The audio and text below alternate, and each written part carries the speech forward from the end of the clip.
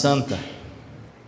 Semana que vem, domingo da Paixão e de Ramos. Domingo de Ramos e da Paixão do Senhor. O Evangelho de São João, que a gente acabou de ler, ele tem um livro dentro do livro. Dentro do Evangelho de João tem um livro que a gente chama de livro dos sinais. São 7 sinais. No Evangelho de João, o milagre não é chamado de milagre, mas de sinal. Por que essa distinção? E por que 7 sinais? Um sinal, ele aponta para algo maior do que o próprio sinal. Mateus, Marcos e Lucas, eles escrevem o texto meio que para contar a história de Jesus. São João, quando escreve o seu evangelho, é um evangelho bem tardio, é lá pelo ano 100, são 70 anos depois que Jesus ressuscitou. Então, ele não quer contar o que os outros contaram, ele quer contar coisas novas que ele viu, mas para isso ele faz uma programação no seu texto, para apontar para o centro de tudo, que é a paixão, morte e ressurreição de Jesus. Então, no livro de João, tem 7 sinais que apontam para o grande sinal, para o grande evento que é morte e ressurreição de Jesus. Foi isso que a gente viu até no texto da Samaritana, semana passada do cego. O primeiro sinal do Evangelho de João é as bodas de Caná. Como o padre disse, um sinal aponta para algo maior. Quando você, por exemplo, vê lá, curva à direita, um sinal de trânsito, aquela placa não é a curva, ela está apontando para algo maior que é a curva. Cada milagre de Jesus em João, então, está apontando para algo maior: paixão, morte e ressurreição de Jesus. Hoje é o 7º sinal. Veja, a ressurreição de Lázaro, ela já é algo grandioso, mas ela vai apontar para algo muito maior, que é a ressurreição de Jesus e nossa. Guarda isso, depois o padre volta nisso. Esse texto, o padre leu o texto breve. Há a opção hoje de ler o breve ou o longo. Se fosse o longo, ia mais 2 páginas aqui de evangelho. Basicamente está dividido em 3 partes. A primeira parte, Jesus está na Galileia. As irmãs Marta e Maria mandam avisar Jesus que Lázaro está doente. Lázaro mora na Judeia, perto de Jerusalém. Jesus sai da Judeia e vai para Galileia no seu ministério, por causa que já queriam matá-lo ele aqui embaixo. Então ele vai para Galileia. Depois que ele fica sabendo que Lázaro está doente, que avisam, ele não vai na hora. Demora 2 dias para ele decidir ir. E quando ele vai, o caminho, mais 2 dias. Então quando ele chega, são 4 dias. E Lázaro está morto. Mas quando ele decide ir, os discípulos até dão nó. Mas Senhor, a turma está querendo matar o Senhor lá, e o Senhor vai descer? E ele desce. E o que vai acontecer com essa ida de Jesus até Betânia, até a Judeia? Ele vai morrer. Esse fato dele ir para lá e salvar o seu amigo vai fazer com que ele morra. A segunda parte do texto é o diálogo de Jesus com as irmãs. Jesus chega, então, depois de 4 dias, alguém vai avisar as irmãs e elas vão correndo ao encontro de Jesus. Aqui na Paróquia Candelária, na Capela do Santíssimo, está escrito em latim assim, lá na capela, bem onde fica o Santíssimo: O Mestre está aí e te chama. É justamente a essa hora que vão avisar Marta e Maria. E alguém fala isso: o Mestre está aí e te chama. E ela sai correndo até Jesus. Só que num primeiro instante ela questiona Jesus. Se o Senhor estivesse aqui, ele não tinha morrido. Mas o Senhor demorou 4 dias para vir. E Jesus responde que aquele luto é para a maior glória de Deus. E aí começa esse diálogo. Eu sei que meu irmão ressuscitará. Eu sou a ressurreição e a vida. Quem crê em mim, mesmo que morra, viverá. Começa então um diálogo de Jesus falando da ressurreição dele e da ressurreição daqueles que creem nele. Terceira parte do texto é a ressurreição. Jesus chora, vai até o túmulo, 4 dias, esse 4 dias, daqui a pouco o padre vai falar por quê, mas serve também como um parâmetro para mostrar que estava morto. A partir de 3 dias, na concepção judaica, já era considerado de fato morto. 4 dias, já cheira mal. Jesus ressuscita Lázaro, manda que desatem as faixas, e o texto continua no texto longo. No texto longo, diz que os fariseus então tomaram a firme decisão de matar Jesus e matar Lázaro, para tirar a prova também do que Jesus tinha feito. O que a gente pode ver nesse texto, olhando justamente para os mistérios que a gente vai viver daqui a pouco na Semana Santa? Basicamente, gente, é um texto que fala da bondade de Deus. A bondade de Deus. São Tomás de Aquino, a bondade é uma virtude que muita gente confunde, às vezes com mansidão, com a virtude da mansidão, e às vezes até com bananice. Muita gente que pensa que ser bom é não ter boca para nada. São Tomás de Aquino vai dizer que ser bom é levar o outro para Deus. Deus é o máximo bom. Se você está conduzindo alguém para Ele, você está sendo bom. Por muitas vezes, para conduzir uma pessoa para Deus, é preciso que você tenha paciência, para que você tenha misericórdia. Às vezes precisa que você dê um incentivo, e às vezes precisa que você corrija também. Se você está corrigindo com a ideia de levar o outro para Deus, você está sendo bom. Mas veja, o próprio Deus quer nos levar para Ele. Então não é que Deus é bom, Ele é a própria bondade. E tudo aquilo que Ele vai fazer na nossa vida, como aconteceu aqui no texto, esse monte de coisa que acontece no texto, é para que no fundo a gente chegue até Ele. Olhando esse texto, então, a gente precisa ver, a partir do que nós vamos ver semana que vem, a bondade de Deus para nós.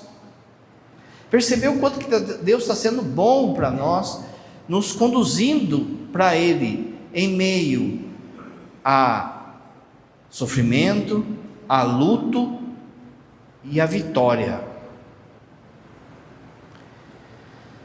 O primeiro elemento da bondade de Deus nesse texto, e que mostra para nós a bondade de Deus, é que Deus tem um amor pessoal e nominativo. No texto está escrito assim: Senhor, eis que está doente aquele que tu amas. Jesus amava Marta, sua irmã e Lázaro. Veja, o amor que Deus tem por você, Ele é único, Ele é exclusivo e direcionado para você. O jeito que Deus me ama é diferente que Ele ama você, porque você é uma pessoa. O que faz uma seita? Uma seita, ela nivela todo mundo. Uma seita, uma ideologia, ela nivela todo mundo da mesma forma. É lógico que tem a sua devida função, mas pensa no exército. Fica todo mundo uniformizado, sem um nome. A partir daquele momento passa a ter um número, e todo mundo faz aquilo que o comandante lá pega e manda fazer. De novo, é um sentido militar, mas quando a gente olha do desígnio de Deus, Deus não nos trata assim. Quando você veio hoje para a missa, talvez o seu anjo da guarda também falou para Jesus: aquele que você ama está doente, está cansado, está desgastado, está com depressão. Esse amor que Ele tem por você, Ele é exclusivo e nominal. Ele sabe o seu nome. Esse saber o seu nome não significa somente um nome próprio. O padre no dia de São José já falou: o seu nome é uma vocação. Outro dia o padre explica isso. O seu nome é uma vocação. Quem escolheu o seu nome não foram os seus pais. Quem escolheu o seu nome foi Deus. Deus inspirou os seus pais para colocar esse nome, porque Ele quer chamar você assim. Lázaro vem para fora. No dia da nossa ressurreição, Ele dirá o nosso nome. E mesmo que você tenha um nome semelhante a de muita gente, por exemplo, Maria, na hora que Ele falar Maria e for você, você vai saber que é você. Mesmo que a mulher do seu lado seja também Maria, ela vai saber que não é ela, porque é um nome único e pessoal, é um chamado. De forma que o padre falava até no dia de São José: você não pode ficar falando mal do seu nome, porque foi Deus que escolheu. Jesus, Ele sabe quem você é. Você não é um anônimo. Quando você vem para a missa, Ele sabe da sua situação, Ele sabe da sua história, Ele sabe de você, e Ele te ama. Veja, não é que Ele te ama como você é, Ele te ama como você está. É diferente. Por isso que tem que converter. Senão eu vivo pecando e vivo na zoeira. Deus me ama como eu sou, matando, roubando. Não. Apesar disso, Deus te ama. Deus te ama como você está, mas Ele não quer que você fique assim. A primeira coisa é isso: um trato de amizade, que a gente não percebe, porque, São Tomás de novo, um trato de amizade, quando você tem amizade com alguém, uma verdadeira amizade, mesmo que essa amizade seja desnivelada pela intelectualidade, pela formação, pelo dinheiro, quando é uma verdade de fato, ela é nivelada. É seu truta, é seu amigo, independente se ele é rico, se ele é pobre, se ele tem estudo ou não. Deus se nivela e se importa conosco, é nosso amigo. Bondade dele, ninguém merece. Segunda coisa, a soberania providencial no sofrimento. No texto diz assim, esta doença não é para a morte, mas para a glória de Deus, a fim de que o Filho de Deus seja glorificado. Deus, soberanamente bom, nos momentos em que a sua bondade não é perceptível para nós, está sendo bom. Meus irmãos, olha só, o demônio vem e faz com que a gente desconfie da bondade de Deus, desconfie dessa santa amizade.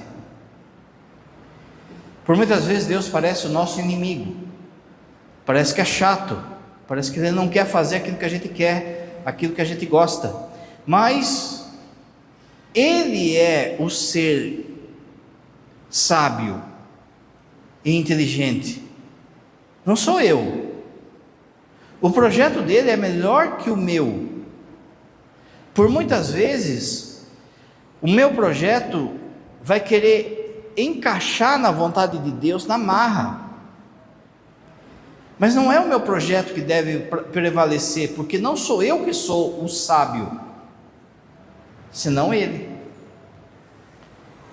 Na comunidade que o padre cuida dos moradores de rua, quando a gente começou, tinha um trabalho para os irmãos acolhidos fazerem, que era assim, era um relógio didático, que tinha assim as horas, e em cada hora tinha uma forma geométrica, em que a criança, para aprender, ela colocava, por exemplo, no número 1 um quadradinho, no número 2 uma bolinha, no número 3 um triângulo. A criança ia aprendendo, encaixando as formas ali. O que a gente quer? Às vezes a gente quer encaixar a nossa vontade quadrada na bolinha, no triângulo. E aí a gente começa a brigar com Deus, a questionar Ele. Olha o questionamento de Marta, que parecia justo. Se o Senhor estivesse aqui, ele não tinha morrido. Se o Senhor fosse Deus, eu não estava passando por isso. Se o Senhor fosse tão bom assim, por que isso está acontecendo na minha família? Só que repara que Ele sabe o que Ele vai fazer no final. Você não sabe, Ele sabe. Você, quando olha a sua vida, você vê no máximo, e olha lá, a jogada seguinte. Ele está vendo o tabuleiro todo. A amizade com Deus, a bondade de Deus, a bondade de Deus, ela prevalece sobre a nossa vontade para que a gente chegue nele, e aí vem a nossa confiança nele. A bondade manifesta-se assim na capacidade de ordenar os acontecimentos dolorosos em vista de uma finalidade superior. Senhor, se o Senhor estivesse aqui, meu irmão teria sido curado. Como é que Jesus responde? Jesus responde assim: essa enfermidade é para a maior glória de Deus. Pensa só, você faz um pedido para Jesus e ele responde que essa enfermidade vai glorificar a Deus. Você vai falar, não estou entendendo. Mas que bom que você não está entendendo. Você precisa confiar. Porque o milagre de ressuscitar Lázaro foi maior do que curar ele. Jesus demora de propósito, para que quando aconteça, esse demora entre aspas, para que quando aconteça, Marta e Maria tenham a certeza que foi algo feito por Deus, que foi algo maior do que simplesmente uma cura. Então, a aparente demora do que você está pedindo, do que está doendo, é a glória dele que vai se manifestar aí, para que quando resolva melhor do que você pensou, e você tenha certeza que não foi você, foi ele. Pensa só, Jesus chegou, deram uma injeção em Lázaro, Lázaro ficou curado. Tá bom, é Deus que cura, Deus cura com o médico, os remédios, é Deus que cura. Mas ninguém ia pensar que era Deus, ia pensar que era uma ação do remédio, do médico. Agora, na ressurreição de Lázaro, não tem dúvida, foi uma ação dele. Quando vier isso que você pede, se você de fato confia, virá melhor, e sem essa dúvida, foi Deus que operou, foi Deus que colocou a mão aqui. Respeito ao tempo de Deus, à espera pedagógica de Deus. Quando, pois, ouviu que estava doente, ficou ainda 2 dias no lugar onde estava. Meus irmãos, essa coisa do tempo, como o padre já emendando com o ponto anterior, ele nos questiona, porque a gente quer as coisas para ontem. Mas você, como um pai, por exemplo, uma mãe, Você sabe que você não pode dar tudo o que o seu filho pede, ou pode até dar, mas manda ele esperar. Entrar no tempo de Deus significa se colocar a Deus como primeiro, amar a Deus sobre todas as coisas. Por que tanta gente questiona quando Deus não faz os seus gostos? Porque no fundo ela se coloca como Deus. Esse tempo de Deus, que parece para nós que é atraso, demora, mas para Deus é providência, é medida certa. Esse tempo de Deus, ele nos desbasta. Ele vai formando a gente. Daqui a pouco vocês vão ver que esse tempo de Deus não é somente cronológico, dia, mês e hora. Ele expande isso. Daqui a pouco. Por que Jesus é bom? Por que Deus é bom? Por que esse texto manifesta a bondade de Deus? Outro ponto então. Porque Deus se compadece de nós. O menor versículo do Novo Testamento está aqui. Jesus chora. Veja, Ele é Deus. Ele sabe o que Ele vai fazer. Mas vendo o sofrimento daquelas irmãs, vendo a morte de Lázaro, Jesus, Ele tem um coração divino e humano. Então Ele não sente nada, Ele se compadece, e por 2 vezes o texto fala que Ele treme por dentro. No grego, no original, fala que Ele teve um agonia no grego significa assim, um tremor por dentro, uma luta por dentro. A pessoa está agonizando, ela está lutando, pela vida. Ele teve uma agonia, vendo o sofrimento daqueles que Ele amava, tanto daquele que tinha morrido, quanto das irmãs, e Ele se compadece e chora. Já pensou o que é essa cena? Os apóstolos, quando eles escrevem o Evangelho, eles colocam aquilo que espanta eles. Veja, ele não coloca assim, Jesus acordou 6 da manhã, tomou seu café, porque ele fazia isso todo dia, isso aí não espantava. O que eles colocam? Jesus curou um cego, Jesus curou um deficiente, Jesus perdoou uma pecadora. Se João colocou que Jesus chorou, aquilo deu impacto nos apóstolos. De novo, ele sabia o que ia fazer. Ele é Deus, Ele é a ressurreição, é a vida. Mas olha, Ele não tem um coração de gelo, de tábua. Quando você pega os filósofos gregos, principalmente Sócrates, Platão e Aristóteles, eles chegam a conclusões que coincidem com o nosso Deus. Que Deus é um, que Deus é bom, que Deus é inteligente, que Deus é poderoso. Mas em tudo isso, eles não conseguem enxergar que Deus se compadece. Para esse povo grego, do começo da filosofia, Deus é um motor imóvel, é um fazedor só, é um organizador só. Para nós, Ele é isso, mas Ele se compadece de nós. Então presta atenção, você não chora sozinho, você nunca chorou sozinho na sua vida. Ele se compadece de você. Cada sofrimento, uma enfermidade, uma injustiça, um filho que é perdido, uma mãe, um luto de uma mãe, uma derrota, ele não está assim, se vira aí, bacanão. Ele se compadece. A palavra compadecer é justamente isso: ter o coração do que sofre.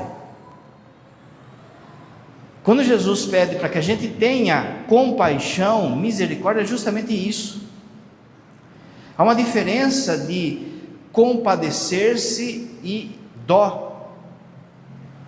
Você está aí indo para casa, de repente tem um irmãozinho aí caído na rua, na chuva, e você olha para aquilo e fala: ai que dó, coitado, ai que dó, e vai para casa. Compadecer-se significa: e se fosse meu pai? Você para e ajuda, você se compadece. Jesus, aliás, Deus lá em cima se compadeceu do ser humano, da nossa situação, não só de pecado, mas daquilo que a gente sofre todo dia. E o que é ser vida louca de Deus ainda? É quando a gente, padecendo aquilo, doendo o nosso coração, e sabendo que Ele está sofrendo por nós, a gente oferece ainda para o coração dEle.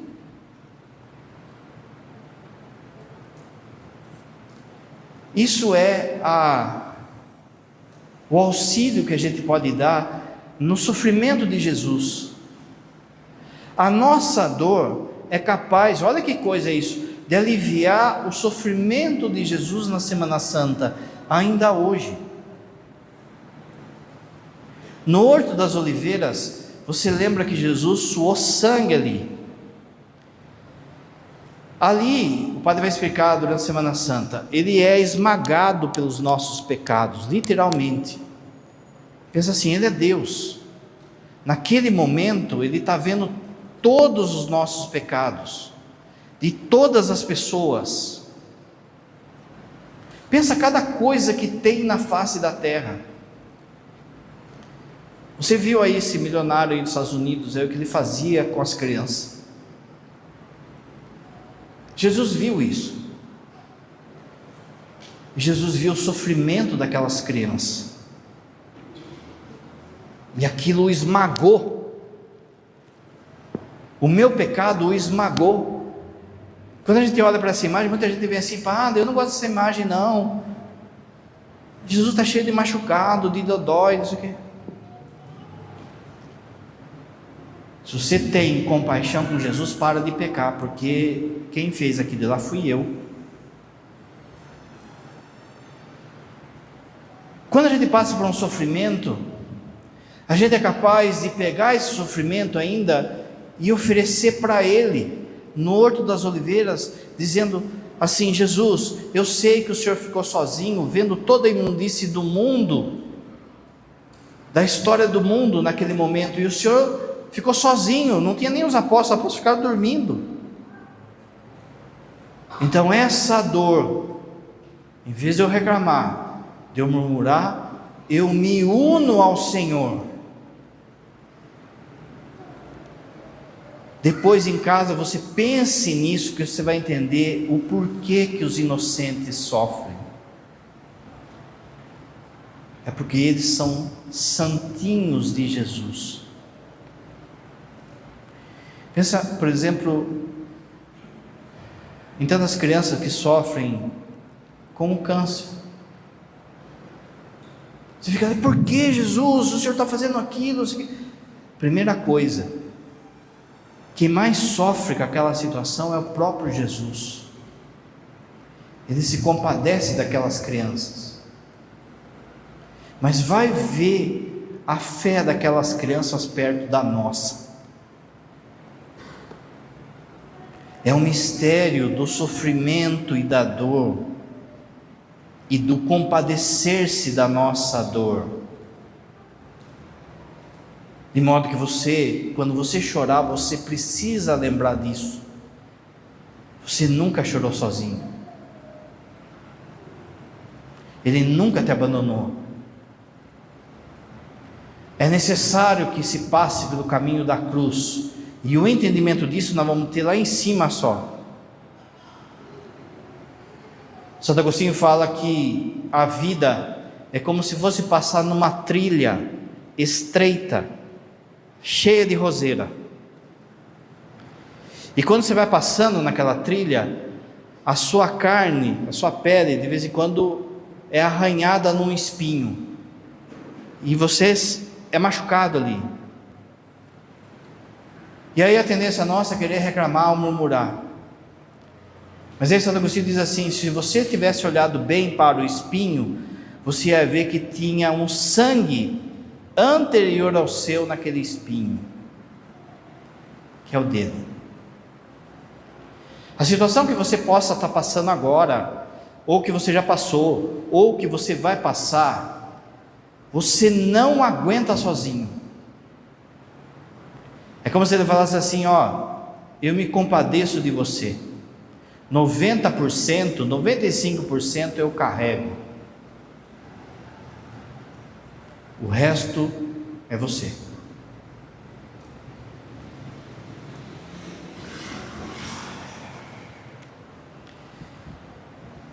Quinta resposta, quinta ensinamento da bondade de Deus. Deus, no sofrimento humano, Ele exalta com a maior verdade de fé, que é: essa vida vai passar, que quem crê nele terá a vida eterna. Por muitas vezes, por causa que a gente fica, por causa que a gente conhece a Escritura, conhece as coisas de Deus, a gente não percebe o impacto do que é acreditar que Jesus é a ressurreição e a vida. No texto, aliás, na Bíblia, existem duas palavras para designar vida. A primeira palavra em grego é bios, e aí vem biologia. Então o que é bios? É a vida natural aqui nossa, o seu corpo, a sua saúde, a natureza, bios. Mas quando Jesus fala eu sou a ressurreição e a vida, ele não usa a palavra bios, ele usa uma outra palavra que é zoé. Bios, vida natural, e zoé, a vida de Deus. Eu sou a ressurreição e a vida de Deus. Quem crê em mim vai ter a vida de Deus. A ressurreição, gente, não é a nossa vidinha melhorada. A ressurreição é a gente sair desse patamar e entrar no patamar da vida de Deus. Lembra que o padre falou lá no começo que esse milagre é um sinal?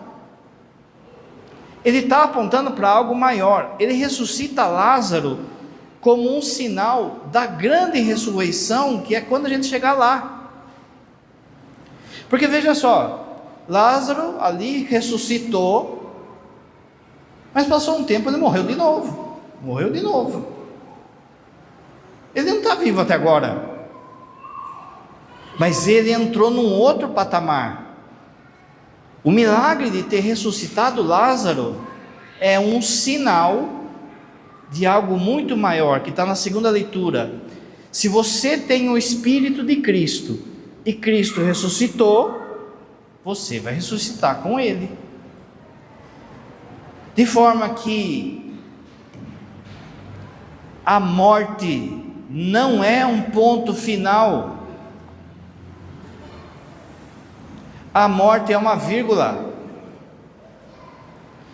Jesus não vai ressuscitar a gente para essa vidinha.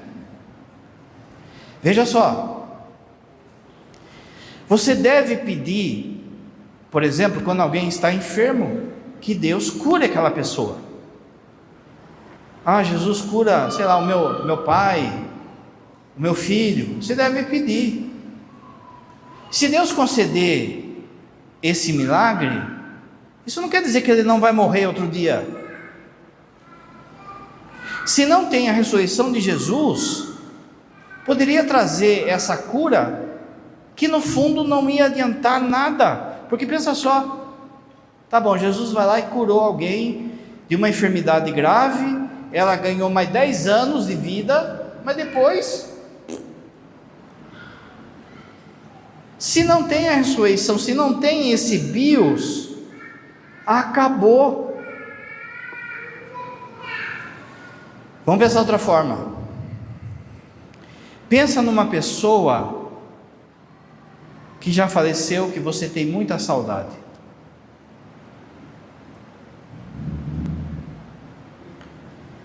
Se Jesus não ressuscitou, acabou. Você nunca mais vai ver essa pessoa. Acabou. Você foi lá naquele dia, chorou, enterrou, essa pessoa virou pó e acabou. Nunca mais. Daqui, sei lá, 50, 70 anos, ninguém que está aqui vai estar vivo. Acabou. Se Jesus não ressuscitou, acabou. Mas veja que Ele é a vida de Deus. Então, essa pessoa que você sente saudade, ela não virou pó, ela está nele, ela está viva nele, e isso deve alimentar o nosso coração com uma esperança muito maior do que qualquer coisa aqui da terra, gente. Ah, padre, olha, eu tenho uma saudade da minha mãe. Eu conheci minha mãe só quando criança. Tenho saudade do meu irmão, morreu num acidente. Tenho saudade da minha esposa. Se não tem a ressurreição de Jesus, essa saudade é só dor. Mas se tem, essa saudade é esperança. Um dia você vai se reencontrar com essa pessoa que traz essa saudade no seu coração. E aqui, gente, é um encontro em Deus que é muito mais diferente do que qualquer encontro que você possa ter agora.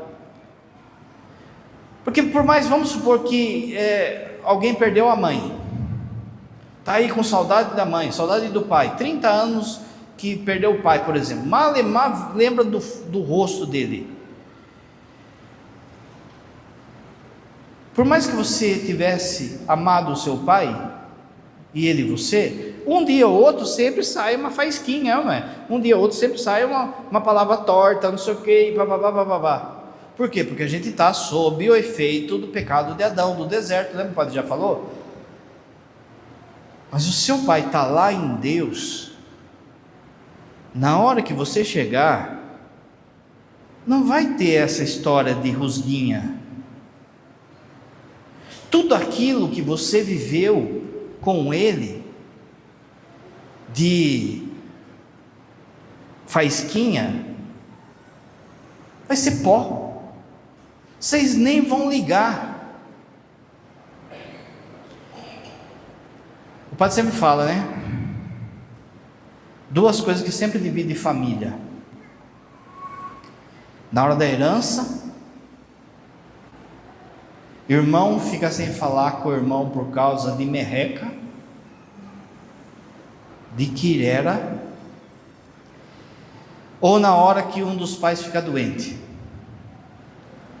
Aí começa um jogo de empurra.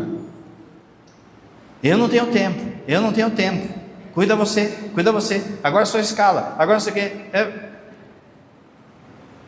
Diante de Deus você já sabe o que vai rolar, né? Mas veja só, às vezes acaba sobrando para um irmão, para um filho, cuidar. E ninguém é bobo, cuidar de enfermo não é fácil. Enfermo idoso, vamos supor que tem um Alzheimer, não é fácil, desgasta, cansa, vira criança, fica teimoso, dá trabalho. E ali, por muitas vezes, na confissão a pessoa vem: padre, eu cuido do meu pai que está com Alzheimer, Mas ele me tira do sério, para tem hora que eu fico com um peso na consciência, porque eu acabei falando duro com ele, eu acabei falando firme com ele, eu fui grosso com ele e tal. Tá bom, tem que confessar. Mas aí o pai falece e vai para o céu. Lá no céu, ele é curado, gente. Ninguém ressuscita com câncer, com uma enfermidade. Ele é curado. Ele não só é curado, como que agora ele é um homem novo, é o mesmo, mas diferente. Por quê? Porque agora ele está em Cristo. Quando então você chegar lá, ele não vai jogar na sua cara que você perdeu a paciência, que você deu um tapa na mão dele. Ele não vai, por quê? Porque a única coisa que essa pessoa que você tem saudade, que está lá em cima, quer, é que você cumpra a missão sua e chegue lá. E aí,